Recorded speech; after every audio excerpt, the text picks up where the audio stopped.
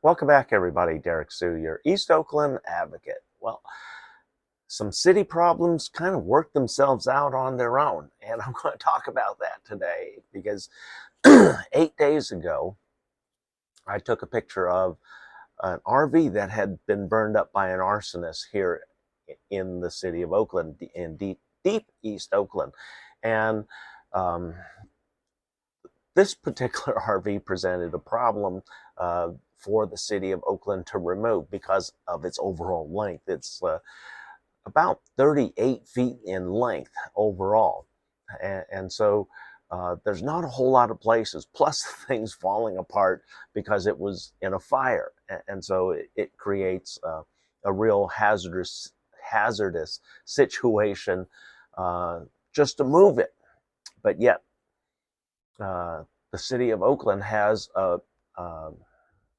actually a Department of Transportation. City of Oakland Department of Transportation is supposed to remove those burned out shells, those burned out vehicles, 24 to 48 hours. Well, this one's been sitting about 3 weeks, and the homeless folks, or the pirates, I should say, the street pirates, and I've met and spoke to many of these folks that do their plundering.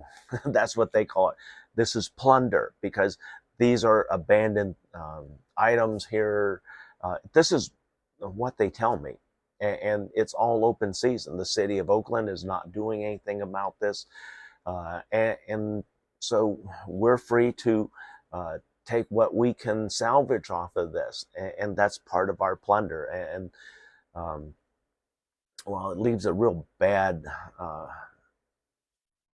situation behind, because even though they take a good portion of the things that they want of value off of whatever, or pick it up, they leave behind quite a mess. And that's what happened with that RV, because the owner came back, he did some salvaging, and then a bunch of other people started showing up and did a whole bunch of salvaging. And then yesterday, the homeless group across the street from Leet Street, they dragged the carcass over. They cleaned out most of the stuff. And what they're going to do, they're going to cut up the frame of that trailer and scrap out the steel inside of there.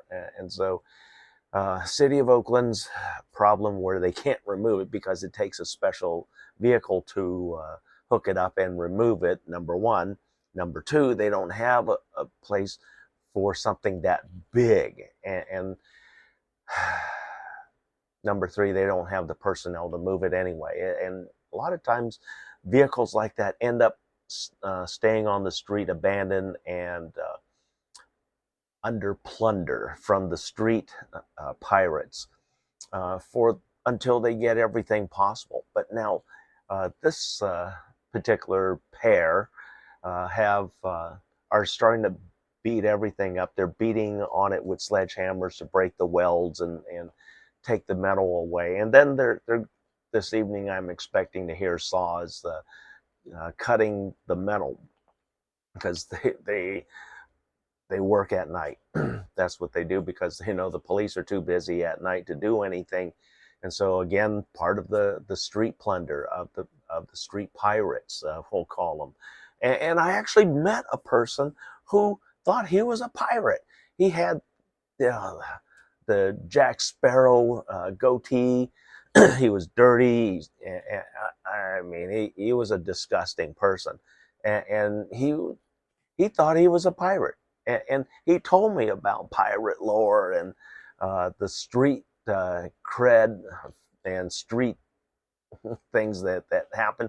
And he's been in and out of jail many times. Police get his dumb ass several times a year, and he goes away for a few months on minor stuff. I mean, this guy's got you wouldn't believe how many charges on him and that he's been in and out of. And so anyway, I haven't seen him for about a good 8 months now. So he's probably in jail, since he's not been plundering down here. And yet we have another group that's doing plunder right now, and they're breaking up the former chassis of that burned out RV. So one of the bad things is that uh, lots of toxins are in there. The burn chemicals, the carbon all over the metal and everything. So they make it airborne and makes it a very toxic situation for everybody because the wind blows all of those toxins.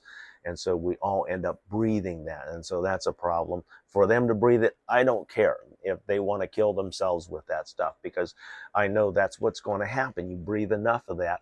I've seen it. I've personally seen people do this. And within 2 or 3 years, they develop a toxic buildup in their body, usually in their blood, and then they die of it. I've seen that happen 3 times with criminals.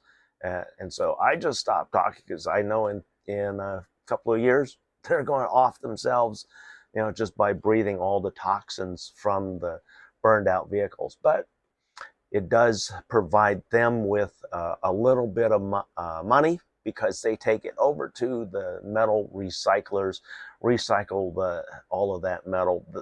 It's metal, it's steel. And so the metal recyclers, they don't see it as a vehicle anymore. It's just chunks of metal. And so it has salvage and scrap value, and that's what they give these folks.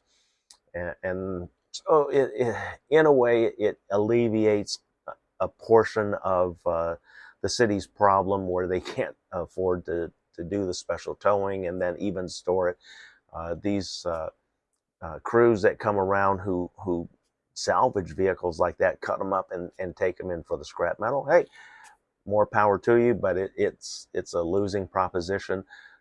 In fact, I can safely say one of my former community members, Jerry Haas, she actually died, probably died of blood poisoning, because she was in and out of the hospital for the last 2 years before her death, fighting a blood poison that she contracted because she was picking in garbage cans, garbage piles, and anytime there was piles dumped on the street, Jerry would literally be in those piles and digging around. Her hands would be filthy dirty, and then she's eating and everything. And so that's it shortened her life drastically.